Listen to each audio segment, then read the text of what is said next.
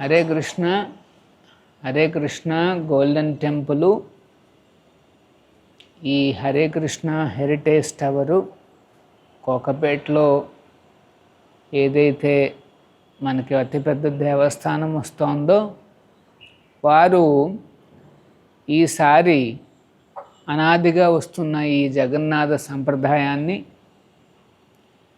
మన సిటీలో ఉండే ప్రజలకు కూడా పరిచయం చేస్తూ ఈ వచ్చే 19వ తారీఖున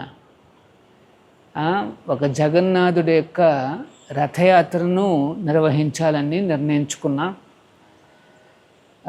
ఇది ప్రాచీనంగా వస్తున్న జగన్నాథ క్షేత్రంలో ఒక సంప్రదాయం. జగన్నాథుడు, బలదేవుడు, సుభద్ర ఆ 3 రథాలలో వారు ఆ జగన్నాథ పూరిలో శ్రీ మందిరం నుండి గుండీచా మందిరానికి వెళ్ళడాన్ని ఈ రథయాత్ర అంటారన్నమాట. ఇది 16వ తారీఖున ప్రారంభమవుతున్నాయి.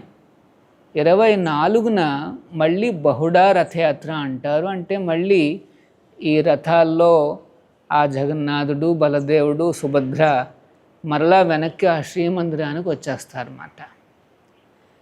ఇది 5000 సంవత్సరాల క్రితము శ్రీకృష్ణుడు బలరాముడు ద్వారకా నుండి వచ్చి ఆ కురుక్షేత్రంలో అంటే సోలార్ ఎక్లిప్స్ వలన వారు అక్కడికి చేరుకుని స్నానాలు చేయడానికని, పుణ్యస్నానాలు చేసుకోవడానికని వస్తారన్నమాట.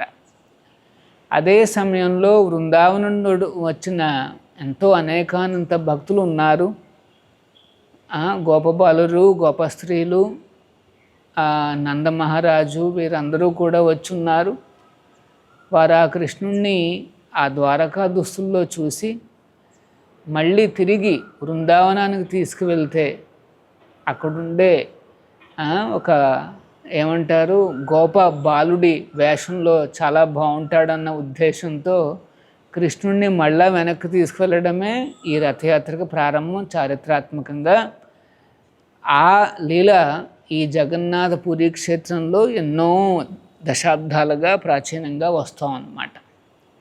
దీన్ని మొత్తం ప్రపంచంలో మొత్తం అన్ని ఖండాలలో, అన్ని సిటీలలో, అన్ని రకాల టౌన్స్లో కూడా వ్యాపింపచేసిన ఘనత మన విశ్వగురువులు శ్రీల ప్రభుపాదుల వారు, ఈ హరే కృష్ణ సంస్థాపకాచార్యులు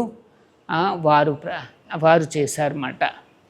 సో అందులో ఆ కృషిలో భాగంగానే ఈ రోజున ఆ శ్రీల ప్రభుపాదుల వారి యొక్క ఇస్కాన్ లక్ష్యాలకు అనుగుణంగా ఇక్కడ మన తెలంగాణ, ఆంధ్ర రాష్ట్రాలలో అనేక రథయాత్రలు చేయబోతున్నాం. ముఖ్యంగా 19వ తారీఖున ఈ కోకాపేట్ రథయాత్ర అనేది చాలా విశేషం. ఇది ఈ గోల్డెన్ మైల్ లేఅవుట్ నుండి ప్రారంభమై మన హరే కృష్ణ హెరిటేజ్ టవర్ ఇది ఈ రోడ్డు వరకు మన దేవస్థానం వరకు రాబోతోందన్నమాట. సో ఈ సందర్భంగా పద్మపురాణంలో ఈ రకంగా చెప్పబడింది, రథేచ్ఛ వామనం దృష్ట్వా పునర్జన్మన విద్యతే. ఎవరైతే ఆ జగన్నాథుణ్ణి రథంలో ఆసీనుడై ఉన్నప్పుడు దర్శించుకుంటారో వారికి జన్మ మృత్యు ఆ జనన మరణ ఆ సైకిల్ నుండి విముక్తి కలుగుతుంది, మోక్షం కలుగుతుంది అని చెప్పబడింది అన్నమాట. సో ఇది చాలా తేలికైన అత్యంత వైభవమైన ఉత్సవం.